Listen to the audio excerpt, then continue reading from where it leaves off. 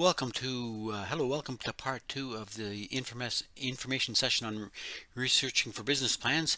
This section we'll be using the dynamic search tool for the 2021 census data to get counts of population for our business plan. So we're at the very top of the guide there. I'm going to get you to right click on this. Hold the control button and click to follow the link. Oh, I have to do that again. All right, there we go. It's going to open up in, this is Statistics Canada, so it says this is from the recent census, so we can get up-to-date census data. So what we are going to look for is census data for Prince Edward Island. So we'll click on the Prince Edward Island there, and then we'll just stick here. What I want you to do is, if you go back to the, I'll just go back here briefly. I want you to create an Excel spreadsheet, and we're going to put the counts of the 3 counties.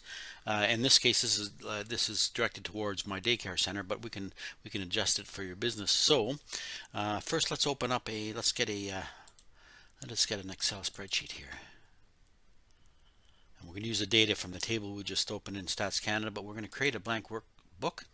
And at the let's go back here. So I want to put in the county and the population in daycares and kings, queens, and prince. So, and then we're looking for the age group between 0 and 14. So if I go back into here and I'm going to put in county, I'll just put caps, county, population between 0 and 14. And then the daycares. Now this is just for my business. You can we can adjust it for your business as well. You can adjust it at any time. Let me just put this a little bit. We'll make it a little bit wider so we can fit in there.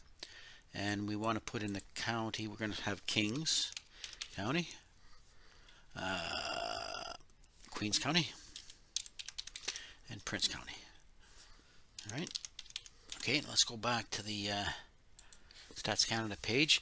Now if I click on the census, if I can close this box here, we can actually look down. We can get the census divisions for each of the counties. So if I click on Kings, I can go here, and if I look down, we can get the total population. But if I scroll down a bit, and you can see, if I go, it's broken down between men and women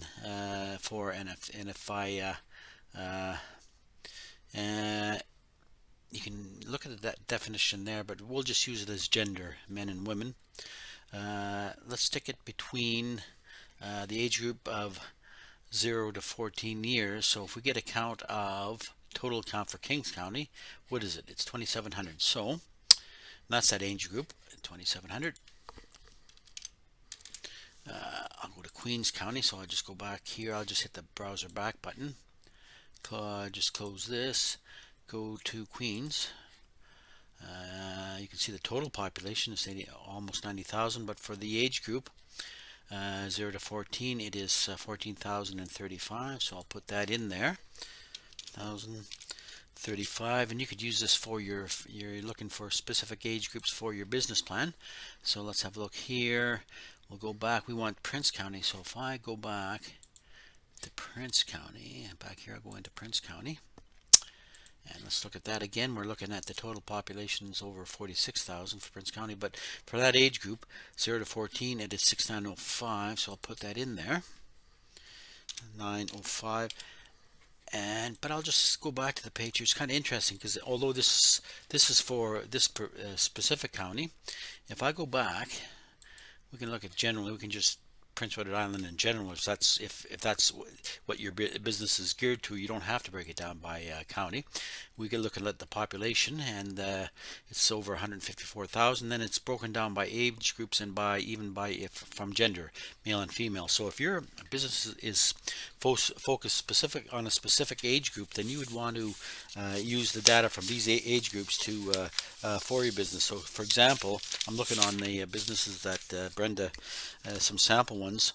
We have a designated driver service. So In this case, you wouldn't probably be using, hopefully not the the 0 to 14 or even younger. So you may want to pick out a specific age group for this. For example, you might be, it might be from 20 to 39 years or something like that. So you could use that information, and if you did that, this would be the information that you would need, and you could actually, so you could create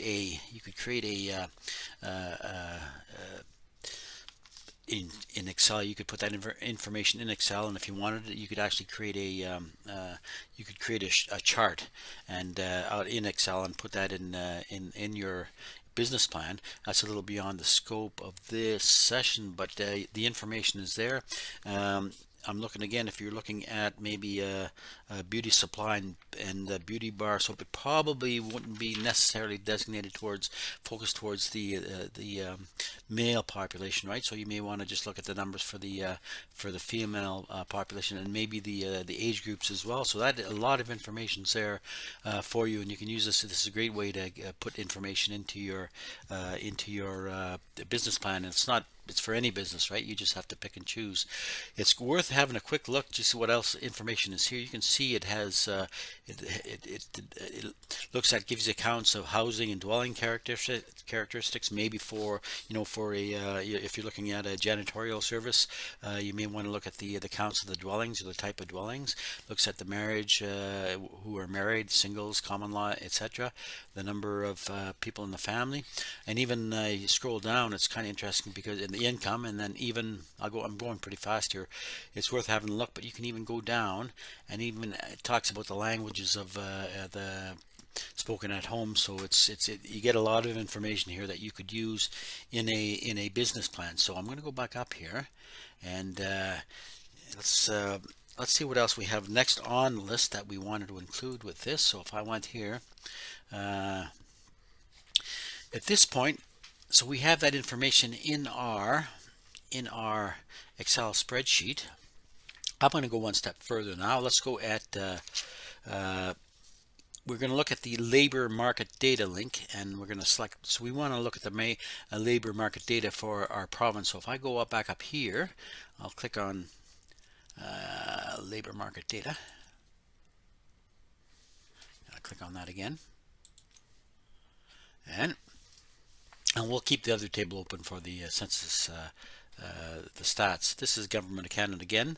This job bank, and if I go to the very bottom, and in fact, no, at the very top here, I'm going to actually looking for wage levels for employees in the province. Now, if your business is going to require employees, you may want to have a look and see how much the average wages, what you'll need to pay them to include in your business plan. So in this case, we're going to search for an occupation. It's not this. You're not looking at the codes like you would in the industry codes like NAICS. So here you can actually put keywords. So in this case, if I put in day, and not day, let's go back into child. This is for my business, early childhood educators and assistants. I can see that the low wage is $14.50, the median, the middle one is $17.47, and the high is $23. So this is good to know for your business plan. Now, let's say, for example, if I was looking, I see on here for on the sheet there was accounting. So if I put accounting, one of the accounting bookkeeping service, if I put accounting in here, so accounting technicians and bookkeepers, lows 15, 2092's median, the high 34.92. So it's a little more the higher paid profession. So this, you have to keep it in mind when you're preparing your business plan and the number of employees that you're going to put in there. Let's go back to I just have to go back into the daycare center here. Child daycare, sorry. The childhood educators and assistants. And this, you can do this for any of your business that you find. What I would recommend is first maybe have a look. You've had a look at the wages. You can look at the compared to Canada. If you have a look at the prospects, in this case, you can see the job opportunities. And in this case, it says it's very good for early childhood care educators. Now, in this information, you may want to keep just kind of have a good look at it for any business. In this case, if you have a look at this paragraph here on PEI, some employers, especially those in rural areas, experience difficulty in finding certified early child care staff. So keep in mind when if you're going to open a business, of course, where you're going to open it, and if the problems that you might face, and you can do this with any of the businesses. Quite often, if you click on the jobs, it'll if you look under the news, you look at sometimes give you the latest news. Quite often it won't, but in this case, and I know this was in the news recently about the Mary Poppins Childhood Center in Tryon. Is going to close its infant room due to lack of staff. So you can see a problem filling staff there, right? So this might have something to do with the wages that you're going to offer to your employees. Anyway, that's kind of good information there that you can include on your business plan. And I'll just go back here, and we'll just kind of scroll down and see what else we want to include on there. And I guess you can follow the other links on this job bank early for the specific occupation. You click on the requirements, and you can see what may be required for employees in your business. Okay, so let's have a look. So that's going to end part 2 of this session on researching for business plans, and I hope to see you again in part 3.